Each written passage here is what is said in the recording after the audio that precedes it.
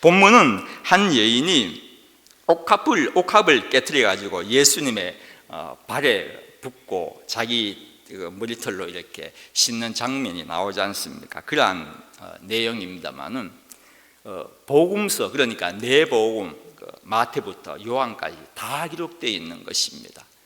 그러니까 그만큼 중요하다는 뜻입니다. 중요하지 않으면 왜 그렇게 다 기록하겠습니까? 그만큼 중요한 것인데 4번 나옵니다. 그런데 이게 또한 신학자 간에서는요 말썽이 많습니다. 말썽이라면 좀 이상합니다만 여러 가지 의견이 참 분분합니다. 왜냐하면 4번 나오는데 2번은 확실하게 한 사건입니다. 그러면 3번 나오지 않습니까? 3번 등장하는데 이걸 가지고 한 사람이 한 내용을 다르게 3곳에 적었다 이렇게 하는 사람도 있고, 아니다 2명이다, 아니다 3명이다 이렇게 주장하는 것이 있었기 때문에 참 분분한 내용입니다. 그러한 주장이. 그런데 저 개인적으로는 이제 보면은 한 2명이 이렇게 행한 일 같은데, 그러니 이제 한 사람의 일을 하신 분들의 주장하는 게 뭐냐면은, 생각해 보십시오. 예수님이 공생애가 3년간이지 않습니까? 3년간인데 어떻게 이렇게 참 특이한 일이지 않습니까? 이걸 3번이나 할 수가 있겠느냐 이거예요, 다른 사람들이. 그러니까 이거는 그럴 수 없다. 그러니까 한 사람이 한다 그렇게 말하는 것입니다만은, 그런데 어떤 분은 그런 말을 합니다. 이 한 사람의 사건인데 성경이 다르게 표현했다는 게 아니고 성경의 기록이 틀렸다고 그렇게 말하는 사람이 있습니다. 다르게 표현했다는 것과 틀렸다는 것은 전혀 다른 거지 않습니까? 이 성경이 틀렸다고 기록한다 이렇게 나오면은 이 문제가 또 다른 것이지 않습니까? 본문에 이렇게 전개가 되는 겁니다. 바리새인 이 시몬이 예수님을 초청한 것입니다. 예수님을 식사 초대하신 것이죠. 이것만을 생각하면은 정말 깜짝 놀랄 이야기입니다. 왜냐하면은 바리새인들은 예수님과 그냥 상종을 안 하려고 하는 사람들이었거든요. 왜냐하면은 예수님은 죄인과 함께 먹고 마시고 하지 않습니까? 그런 사람들과 그렇게 거룩하다고 경건하다고 자부심 있는 사람들이 같이 할 이유가 없죠. 그래서 이 시몬이 한 바리새인인 시몬이거든요. 바리새인이 예수님을 초청하였다는 것은 정말로 대단한 일입니다. 동료들부터 얼마나 그런 질책도 받을 수 있는 일이지 않습니까? 그런데 이 바리새인인 이 세인인 이 시몬이 예수님을 초청하였다는 것은 그냥 생각할 때는 대단한 일이라고 생각할 수 있지만은, 그러나 그것이 아닙니다. 왜냐하면은 뒤에 보시면 알 수 있는 것이 뭐냐면은, 이 시몬이 손님을 초대하면은 기본적으로 하는 것이 있지 않습니까? 여러분들도 기억하시는 분 있을 겁니다. 첫 번째, 발을 씻어줍니다. 그 여행 중에 얼마나 먼지가 많이 묻습니까? 샌달리기 때문에. 요즘같이 좋은 신발도 아니고. 그러니까 먼지가 많으니까 이제 그렇게 발도 씻어주고, 그 다음에 이제 입맞춤하고, 그 다음에 머리에도 이렇게 감람유를 이렇게 부어주는 것이 예의 중 예의였습니다. 관례 중 관리였다는 겁니다. 그런데 본문 말씀 보면 예수님께서 지적을 하셨습니다. 뭘 하셨냐면, 너는 내한테 발도 씻어주지 않았지 않느냐? 너는 나한테 입맞춤도 하지 않았다.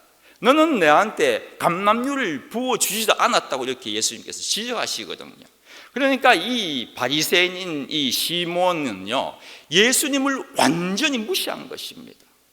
여러분, 예수님을 무시한 자 생각해 보십시오. 얼마나 당당한 자입니까? 완전 무시했어요. 그래서 예수님께서 그 말씀하신 거예요. 너는 그런 큰 일도 하지 않았잖느냐 그렇게 말하셨는데, 그런데 이 예수님이 그것을 모르고 가셨겠느냐는 것입니다. 시몬 집에. 그러니까 이 시몬은 어떻게 하든지 예수님께 책 잡을 일을 잡기 위하여서 불렀던 것이에요. 요즘 한참 뜨고 있는 청년 예수, 어떻게 하든지 잘못된 것을 잡아보고 그것을 자기 동료들한테 이야기하기 위하여서 초청하였다는 것입니다. 식사까지 초대하던. 예수님은 그것을 아시고도 가셨는데, 예수님이 가신 목적이 그것이었겠습니까? 시몬하고 대화를 하기 위해서 가셨겠느냐는 것입니다. 그것이 아닙니다. 예수님의 관심은요, 오직 그 죄 지은 이 여인 한 명이었다는 것입니다. 이 한 명을 만나기 위하여서 시몬 집에 가셨는 것입니다. 그렇지 않습니까? 누가복음 5장에 보면은 예수님이 내가 의인을 부르러 온 것이 아니요 죄인을 불러 회개시키러 왔다고 그렇게 선포까지 하셨지 않습니까?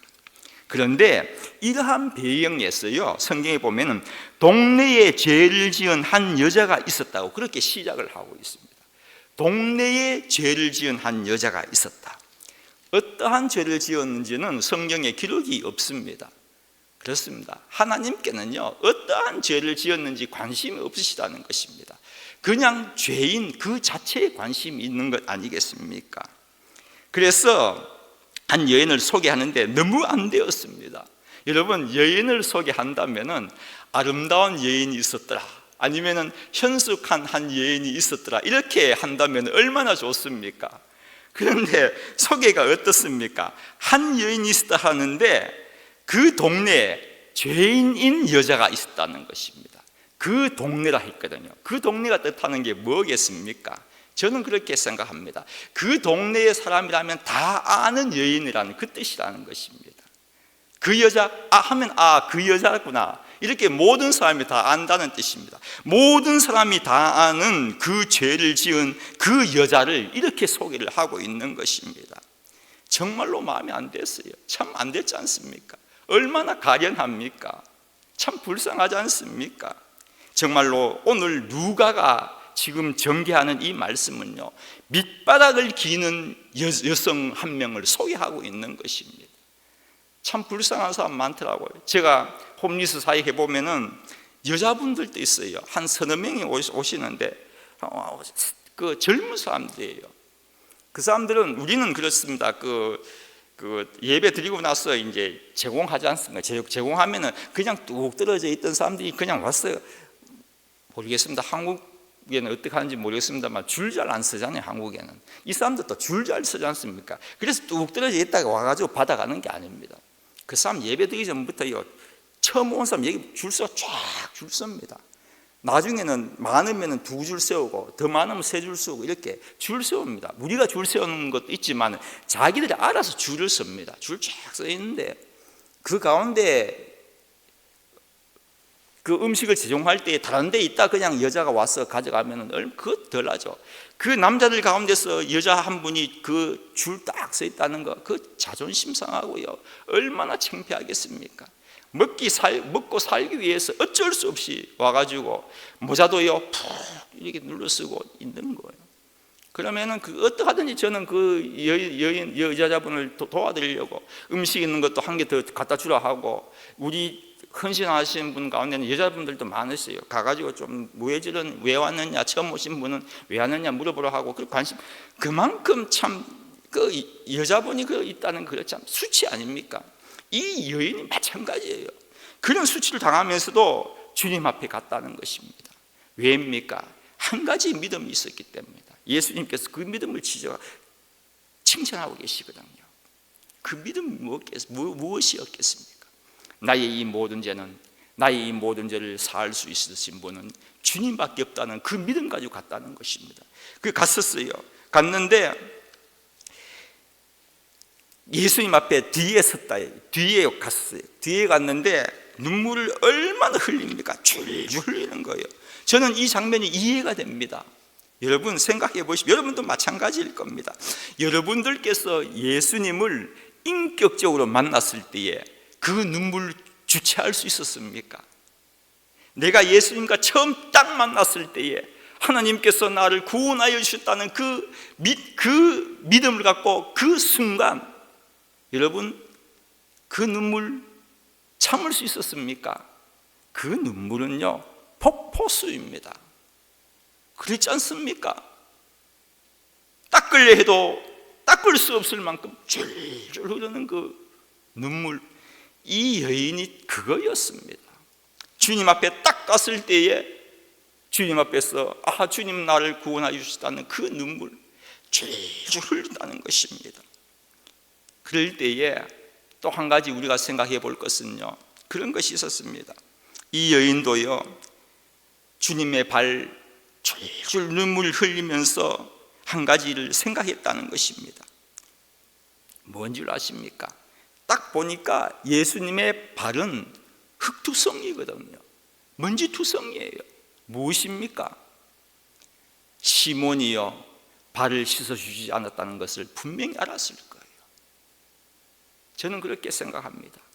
다른 성경을 비교해 보면요, 다른 여인의 사건이에요. 사실 다른 여인의 사건을 비교해 보면, 향유 부은 그 사건을 비교해 보면은 다른 사람들은 머리에 부었거든요. 이 여인이 향유 옥합을 가지고 갔는데, 저는 그렇게 생각합니다. 머리에 붓기 위하여서 가져갔다고 생각합니다. 목적은 그거였어요. 그런데 딱 보니까 이 시몬이 하나도 안 씻었어요. 예수님에 대한 취급은 완전히 무시였어요. 그래서 눈물을 쫙, 예수님 처음 만났다는 그 기쁨으로 눈물을 줄줄 흘리고 나서는 그 비싼 향유를요, 주님, 저 시몬은 씻어주지 않았습니다. 예수님을 잘못 알고 있습니다. 나는 주님이 누군지 압니다 하면서 그 발을 이 여인이 씻어주었다고 저는 그렇게 생각을 합니다. 예, 그렇습니다. 우리들은요, 이 여인의 초점을 맞추어 가지고 설교를 참 많이 들어왔습니다. 저는요, 오늘 전하고 싶은 것은요, 이 여인의 초점을 맞춘 것이 아니라 예수님께 초점을 맞춰 보았습니다. 예수님, 왜 그렇게 눈물을 뚝뚝 흘리는 그 발 그냥 가만히 계셨습니까? 예수님, 왜 그렇게 그 여인이 머리에 부어야 할 그 향유를 발에 쭉쭉 붓고 있는데 예수님은 왜 그렇게 가만히 계셨습니까? 눈물이 끝까지 멈출 동안 왜 주님께서는 그 자리에 계셨습니까? 저는 그것을 생각해 보았습니다. 여러분 어떻게 생각하십니까? 예수님이요, 끝까지 발을, 그 여인이 눈물이 쭉 폭포수같이 흘러질 때, 멈출 때까지 예수님께서 그렇게 자기의 발에 맞는 것을 참고 계셨던 그 이유는, 저는 그렇게 생각합니다. 여러분, 주님 만났을 때 어떤 마음이었습니까? 예수님과 함께 한다면 그 얼마나 기뻤겠습니까? 지금 이 여인은요, 자기의 인생이 완전히 반전되지 않습니까? 죽음에서 생명이에요. 그 순간 나를 이렇게 구원시켜 주신 그 구원의 주체이신 예수님과 어떠한 마음을 가졌겠습니까? 한순간이라도 더 있고 싶었던 생각이었을 겁니다. 그렇지 않습니까? 지금 이 여인한테는요, 변화산의 사건이에요. 예수님은요, 한순간이라도 더 있고 싶어하는 그 여인의 마음을 아시기 때문에 그 소원을 들어주신 겁니다. 너 그렇게 나하고 같이 있고 싶어 하잖아. 나 같이 있어줄게. 그것이 예수님의 마음이었다는 것입니다. 그러니까 그렇게도 눈물 흘릴 때도 가만히 계시고 끝까지 함께 해주신 예수님이셨다는 것입니다.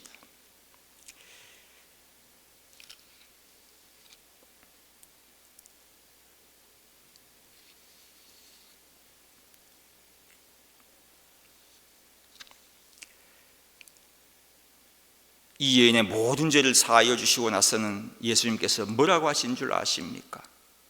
예수님의 마지막 말씀이 너무 좋습니다. 여러분, 그냥 예수님께 툭 던지신 말씀으로 생각하지 마십시오. 이 말씀 너무 좋습니다.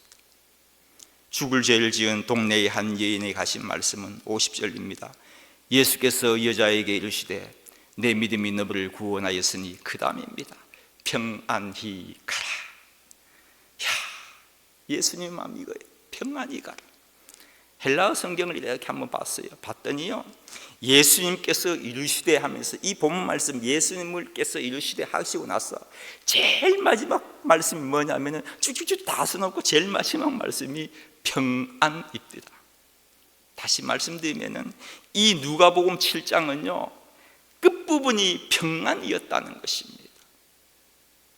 어떤 뜻이 있는 것 아니겠습니까? 평안을 원하시는 하나님, 죄사함은 평안이었다는 것입니다. 멸시받던 그 죄인인 그녀에게 아무도 대하여 주지 않고 관심이 없었던 그 여인에게 죄사함 받아 새 사람이 되었을 때 주어진 첫 번째 말씀이요, 평안히 가라는 말씀이었다는 것입니다. 죄의 몸된 그녀가요, 밑바닥의 인생 아닙니까? 밑바닥의 인생에서 평안의 인생으로 반전이 일어난 것은 그렇지 않습니까? 주님을 만났기 때문이라는 것입니다. 이 축복의 말씀은요, 여러분 생각해 보십시오. 주님은 이 여인에게요, 지은 죄도 묻지 않았습니다. 왜 그런 죄를 지었느냐고 동기도 묻지 않았습니다. 그냥 평안히 가라고 하신 이 축복의 말씀은요, 그 얼마나 많은 사람이 모여 있었습니까? 그 많은 사람들한테도 해당되지 않았습니다. 예수님께서 이 평안히 가라는 이 말씀을 하신 것은요, 자기가 의롭다고 경건하다고 하는 그 바리새인들한테도 주어진 말씀이 아니었습니다. 오직 한 명한테만 주어진 말씀입니다. 죄 많다고 죄인이라고 일컬어지는 그 오직 죄인 한 명한테만 주님께서 평안히 가라고 하신 그 말씀입니다. 무슨 말씀입니다? 무슨 말씀입니까? 이 평안히 가라, 주님 앞에 나온 사람에게만 주어진 말씀이었다는 것입니다. 성도 여러분, 그렇습니다. 오늘 주님 앞에 누가 나와 있습니까? 여러분들이 나오셨지 않습니까? 주님께서 원하시는 것은 그것일 겁니다. 여러분에게도 동일한 말씀입니다. 평안입니다.